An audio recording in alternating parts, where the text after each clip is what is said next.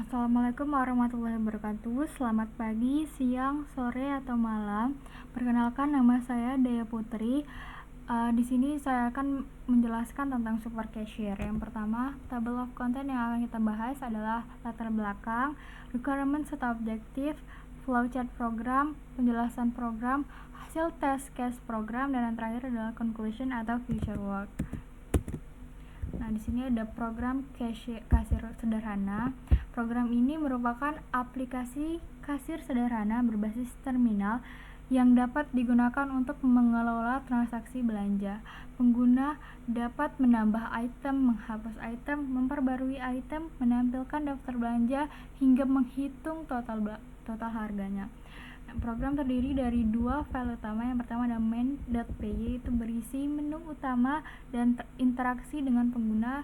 Lalu ada transaction.py, itu berisi kelas dari transaction yang mengelola logika dan data transaksi. Nah, latar belakangnya itu Andi ingin membangun sistem kasir self-service yang bisa digunakan oleh customer tanpa bantuan kasir. Dengan sistem ini, yang pertama ada customer dapat input nama item, jumlah item, dan harga. Lalu dapat mengubah item jika salah input, dapat menghapus item tertentu atau menghapus semua transaksi atau reset. Lalu dapat mengecek apakah order valid, dan yang terakhir adalah customer dapat menghitung total belanja, harga, beserta diskon otomatisnya.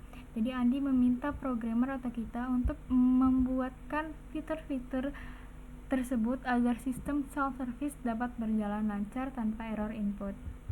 Requirements atau objektif dari tujuan pembuatan programnya itu membuat sistem transaksi menggunakan OOP. Kelas utama itu transaction, menyimpan order dalam bentuk dictionary. Fitur yang harus kita buat itu ada add item, update item quantity, update item price, delete item, reset transaction, check order, total price.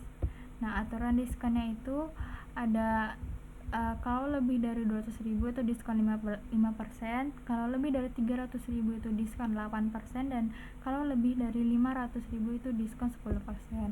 Nah, dia juga minta clean code, itu modularnya ada transaction.py dan main.py, terus ada docstring, error handling sederhana tanpa database sesuai requirements-nya juga.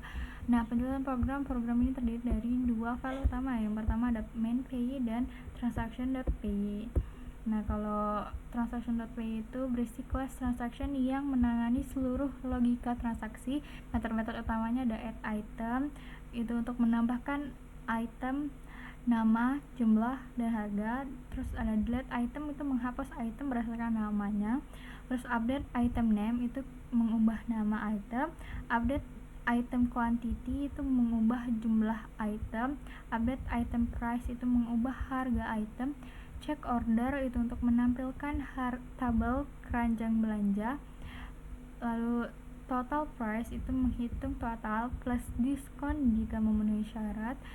Reset transaction, itu untuk menghapus semua item belanja. Nah, flowchartnya itu kalau kita run program, terus kita buat transaction ID. Nah, itu akan ada 9 case-nya. Yang case yang pertama ada tambah item. Nah, itu kita akan input nama, quantity, harga item. Lalu kalau mau kita tambahkan lagi akan diinput data terbarunya. Lalu case keduanya itu ada hapus item. Kalau input kita akan menginput nama itemnya yang akan dihapus, yang akan terdisplay input sudah terhapus. Nah, case ketiga ada reset transaction, itu hapus semua item yang sudah kita masukkan tadi. Lalu cek pesanan, itu menampilkan tabel yang sudah kita masukkan. Lalu case kelima hitung total, itu display total belanja sebelum, persen diskon, dan sesudah diskon. Lalu case keenam atau update nama item, itu pilih update nama baru ke lama, update nama baru ke lamanya. Terus kalau misalnya ya itu yang terinput adalah item tidak temukan kalau misalnya kita update namanya salah. Lalu case ketujuh ada update jumlah item. Yang ke-8 juga update harga item.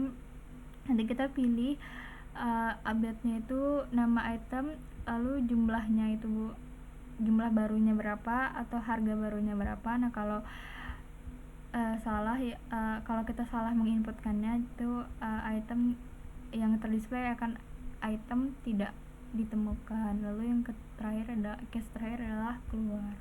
Nah, cara menjalankan program itu pastikan Python sudah terinstall. Yang kedua, buka terminalnya, lalu masuk folder project ini Python Cashier Project, main PI-nya. Terus kita jalankan, lalu akan ini menu program yang akan muncul adalah ini.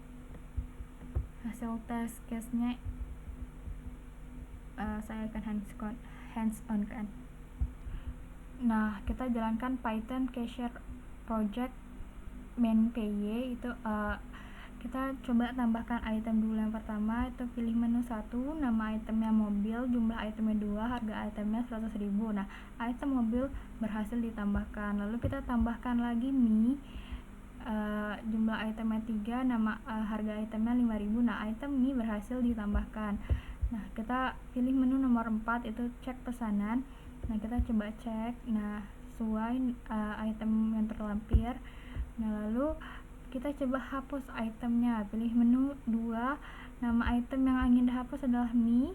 Nah, ini kita hapus. Nah, item mie berhasil dihapus. Nah, lalu kita cek pesanannya lagi, tinggal mobil karena mie-nya sudah terhapus. Lalu kita coba update itemnya. Yang pertama kita update namanya dulu. Nama item lamanya itu mobil, nama item barunya itu car. Nama item berhasil diperbarui. Kita coba cek pesanannya, yang tertampil adalah car bukan mobil lagi. Nah, lalu kita update lagi jumlahnya. Kita pilih menunya nomor 2, nama itemnya car, jumlah barunya itu 4 bukan 2 lagi. Nah, quantity item berhasil diperbarui. Nah, kita coba cek pesanan lagi nomor 4. Nah, lalu jumlahnya sekarang 4. Nah, lalu yang terakhir adalah update harga item nomor 3. Pilih update 3, terus nama itemnya car, harga barunya itu bukan 100.000 lagi tapi 200.000. Nah, harga item berhasil diperbarui. Nah, lalu kita cek pesanan lagi. Nah, itu ada harga pesanannya itu udah 200.000. Lalu kita reset transaksi, pilih menu nomor 6. Nah, transaksi berhasil di reset. Nah, lalu coba kita cek pesanan. Nah, belum ada item dalam transaksi karena transaksinya sudah semua dihapus. Nah, lalu kita coba tambah item lagi, ada tempe, jumlahnya 3, harganya 3.000, dan motor jumlahnya 5, harganya 7.000. Nah, kita coba cek pesanannya, ada tempe dan motor. Lalu yang terakhir itu ada menu nomor 5, kita coba adalah hitung total harga. Nah, karena totalnya itu semuanya 9.000 tambah 350.000 itu 359. Itu karena udah lebih dari 300.000 maka diskon 8%. Jadi total yang harus dibayar adalah 330.280 perak. Seperti itu. Nah, yang terakhir adalah conclusion atau future work. Nah, program self-service cashier ini dapat dijalankan melalui terminal dan telah memenuhi fungsi utama sebagai sistem kasir sederhana. Kedepannya, program ini dapat dikembangkan lebih jauh dengan beberapa peningkatan seperti yang pertama adalah penyimpanan datanya agar datanya itu tidak hilang lagi setelah program ditutup menggunakan database.